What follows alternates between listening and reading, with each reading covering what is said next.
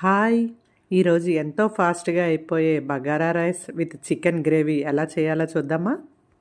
Half kilo chicken తీసుకొని దాంట్లో కొంచెం పసుపు, సరిపడా సాల్ట్, అల్లం వెల్లుల్లి పేస్ట్ హాఫ్ స్పూన్, హాఫ్ చెక్క లెమన్ జ్యూస్ మొత్తం అంతా బాగా కలిపి హాఫ్ అన్ అవర్ పక్కన పెట్టుకుందాం. బగారా రైస్ కోసం స్టవ్ మీద ఒక కుక్కర్ పెట్టుకొని 2 స్పూన్స్ ఆయిల్ వేసుకోండి, 1 స్పూన్ నెయ్యి వేసుకోండి. ఇందులో 1 స్పూన్ షాజీరా, 4 యాలకులు, వంగి, దాల్చిన చెక్క, అనాస పువ్వు ఇవన్నీ వేసి ఒకసారి కలపండి.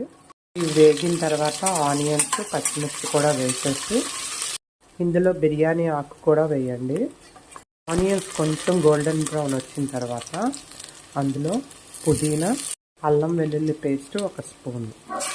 ఇవన్నీ ఫ్రై అయిన తర్వాత హాఫ్ అన్ అవర్ ముందే క్లీన్ చేసి పెట్టుకున్న బాస్మతి రైస్ 1 గ్లాసు ఇందులో వేసేద్దాం. ఒక 2 మినిట్స్ మసాలాలన్నీ రైస్కి పట్టేటట్టు రైస్ విరగకుండా నెమ్మదిగా కలుపుకోండి. ఇందులోనే సరిపడా సాల్ట్, 1 గ్లాస్ రైస్కి గ్లాసుంపావు వాటర్ వేసుకోండి. కుక్కర్ మూత పెట్టేసి 2 విజిల్స్ వచ్చేంత వరకు ఉడికించుకుందాం. చికెన్ కోసం స్టవ్ మీద కళాయి పెట్టుకొని ఆయిల్ వేసుకోండి. ఫస్ట్ 2 ఆనియన్స్, కొంచెం కరివేపాకు.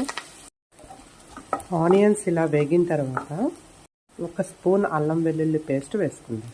ఇందులో ఒక హాఫ్ కిలో చికెన్ కాబట్టి 1 టమాటా సరిపోతుందండి, పెద్దది. చూడండి, ఇలా ఆయిల్ సపరేట్ అయిన తర్వాత అంటే కొంచెం టమాటా బాగా మగ్గిపోయింది. మనం ఆల్రెడీ నానబెట్టిన చికెన్ వేసేసుకుందాం. 10 మినిట్స్ చికెన్ ఆనియన్స్తో పాటు ఫ్రై అవ్వనిద్దాం. చూడండి, ఇలా వేగిన తర్వాత ఇందులో సరిపడా కారం, హాఫ్ స్పూన్ ధనియా పౌడర్. చూడండి, మసాలా నుంచి ఆయిల్ అంతా ఇలా సపరేట్ అయిపోవాలి. వాటర్ వేసుకుందాం. వాటర్ వేసుకొని మీడియం ఫ్లేమ్లో దీన్ని కుక్ చేసుకుందాం. 1 స్పూను గరం మసాలా పౌడర్ వేసుకోండి. గ్రేవీ ఎలా కావాలో దాన్ని బట్టి స్టవ్ ఆఫ్ చేసేసుకోండి. నేను ఇలా గ్రేవీ ఉంచి ఆఫ్ చేసేస్తున్నాను. ఇందులో కావాలంటే కొంచెం కొత్తిమీర, పుదీనా కూడా వేసుకోండి. బగారా రైస్ ఎలా వచ్చిందో చూద్దామా? చూడండి, ఎంత పొడి పొడిగా వచ్చిందో.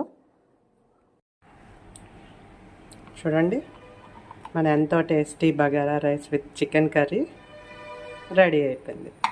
మీరు ఈ bagara rice and chicken curry ఇంట్లో ట్రై చేయండి అండ్ టేస్ట్ ఎలా వచ్చిందో నాకు కామెంట్ చేయండి. Thank you.